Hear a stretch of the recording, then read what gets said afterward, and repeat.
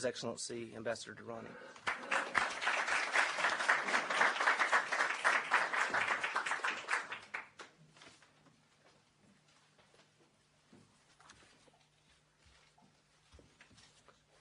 Mr. Brown,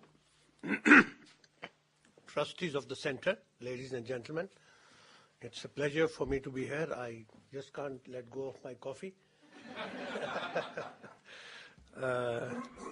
Normally I drink my coffee much later in the day. As you know, diplomats, they work at night and get up late.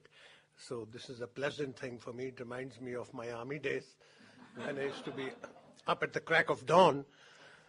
So this is a, excuse me, a welcome change. I'm going to talk to you a bit on the Pakistan-US relationship. I have kept my remarks rather short, I think, essentially because I feel there's greater virtue in a more interactive session. So that's what we'll do. Pakistan and the US have been the closest of allies at various intervals in our history.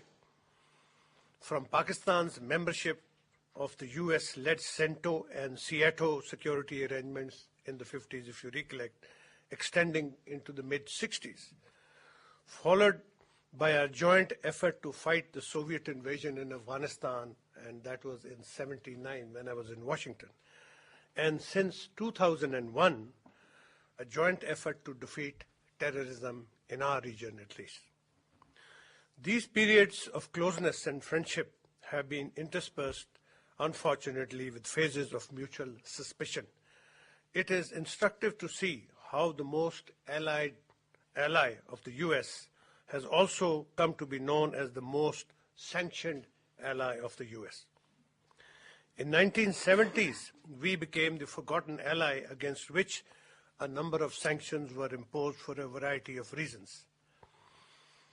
Pakistan and the US supported, funded, and trained what we called then the Mujahideen in Afghanistan from within the Afghans, Pakistanis, and some other nationalities. And you know where Osama bin Laden comes from.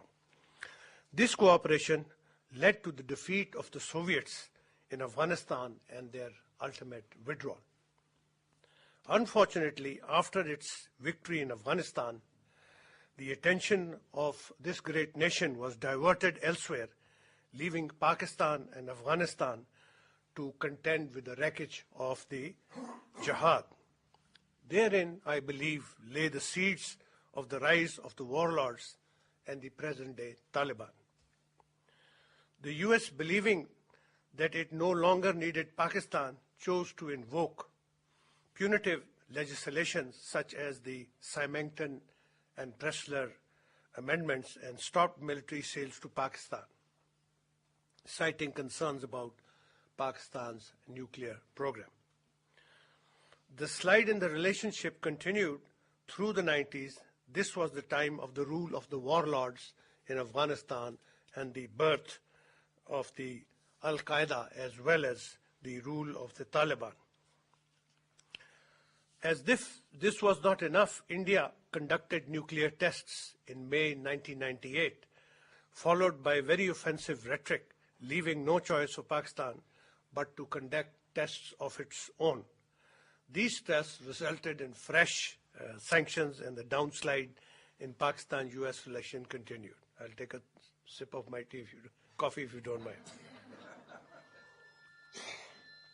Ladies and gentlemen, yet it was once again Afghanistan in the wake of 9/11 that pulled the relationship out of the rut to the present day, where Pakistan is once again an important ally and a frontline state, this time to fight global terrorism. If I have time and if you're interested, I'll tell you that on 9/11, I landed in Western Afghanistan on that date. Today, Pakistan is playing a pivotal role in the fight against Al-Qaeda and the Taliban. If the international coalition against terrorism is a team, Pakistan is the player with the most touchdowns to its credit. Pakistan has arrested some of the most senior Al-Qaeda leaders and rooted out Taliban strongholds from our tribal territory.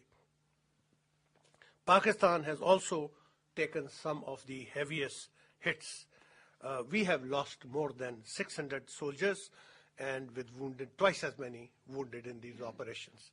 Today we have 85,000 troops in our tribal area, which is about 1/20th the size of Afghanistan. We have 85,000, while you have 40,000 total coalition forces in an area which is 20 times larger.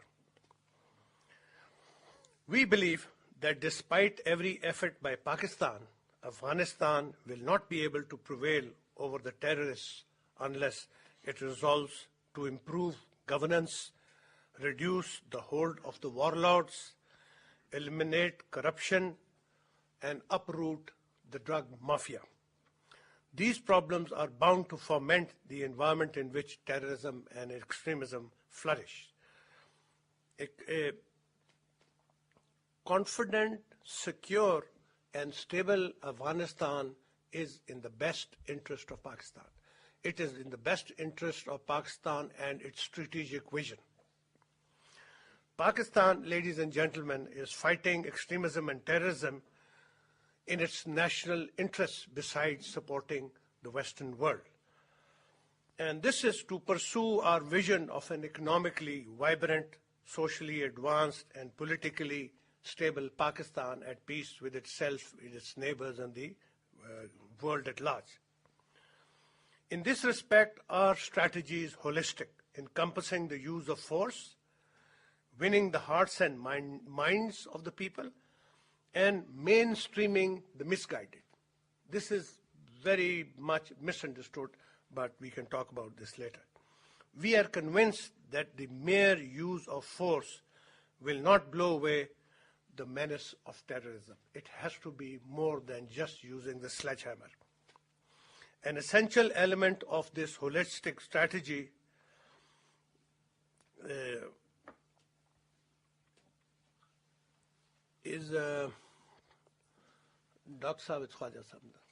is investment in education. I think that's very important. Eradication of poverty, the lack of which I think creates the environment for extremism and terrorism, but more of this later. As Pakistan fights extremism and terrorism through a multidimensional strategy, we expect understanding and support from our friends in the United States instead of public pronouncements and statements that doubt our intentions and the efforts we put in behind that. Today, I'm deeply concerned about the increased mistrust that is growing between Pakistan and the United States. Perceptions are being created here that Pakistan is not doing enough to fight terrorism. Pakistan, on the other hand, genuinely believes that we are doing more than our share, lifting more than the weight that we should be lifting. We challenge the allegations of the existence of terrorist safe havens in Pakistan. Such allegations, we understand, which are unsubstantiated at best, they are by and large rejected by Pakistan, and they pollute the atmosphere further. We do not deny that there will be and are some elements of Al-Qaeda in our tribal area. We have no doubt. These elements, to the best of our information, and we don't have very bad information, they are fragmented, hiding in caves and remote areas, and I believe they do not have the capacity to launch attacks anywhere. Essentially, they are on the run.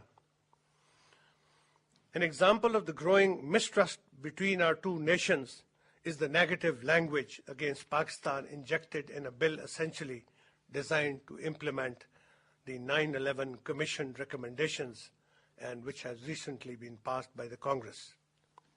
The language of sections dealing with Pakistan is, we think, unfair and not worthy of an ally. At best, it will make the job of the government of Pakistan very difficult. The Pakistani people believe that they are being made a fall guy for the failures of the allied forces in Afghanistan and for their attention being diverted to Iraq. Recently, certain U.S. officials and some presidential candidates have made misguided statements, my reckoning, suggesting military strikes against targets in Pakistan. Such statements are alarming and counterproductive. We believe the Pakistani military is best placed to deal with these challenges within Pakistan. The ideal approach is to enhance Pakistan's capacity and capability and to provide it with reliable, timely, actionable intelligence, not just vague statements. Then there is another small issue of national sovereignty. The people of Pakistan cannot and will not tolerate physical military intervention by the US or any other foreign power.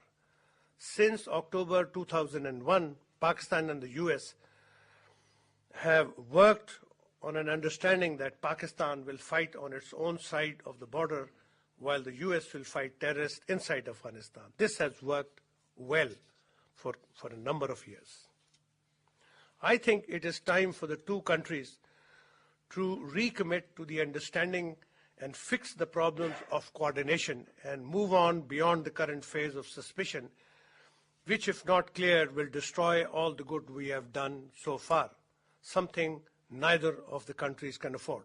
Together, Pakistan and the US should work to prevent a downslide in the relationship and develop a unified counter-terrorism strategy, instead of making Pakistan a fall guy.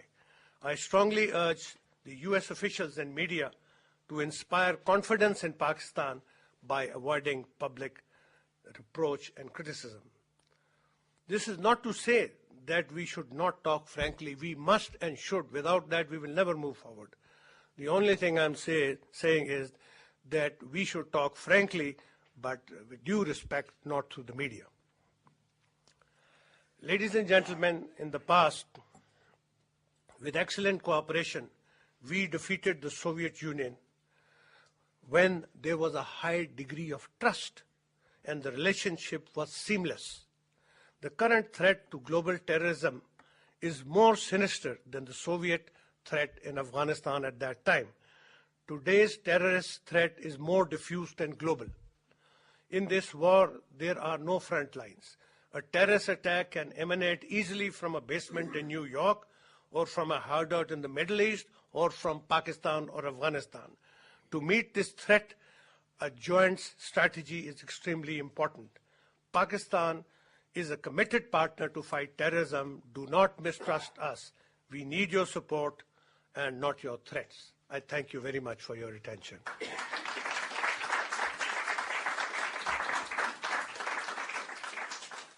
We can open it up to the floor right now, but if I may, Mr. Ambassador, throw in a political question. There's been It's okay.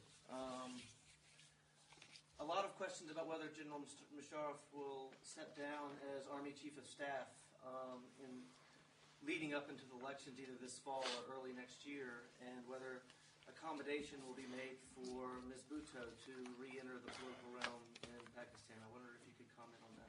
I can comment on it, but I can't give you a response because I don't know.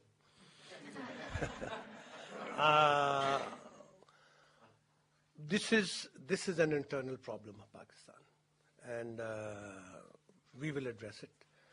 Musharraf has multiple problems. It's not a normal environment. It's not normal for an army chief to be heading the government. It's not normal. It's not the done thing. I wish we didn't have to do it. But there are some compulsions we have in our region, and particularly within our country. And because of our weaknesses, this was done by Musharraf, I think, in the broader interest of the nation.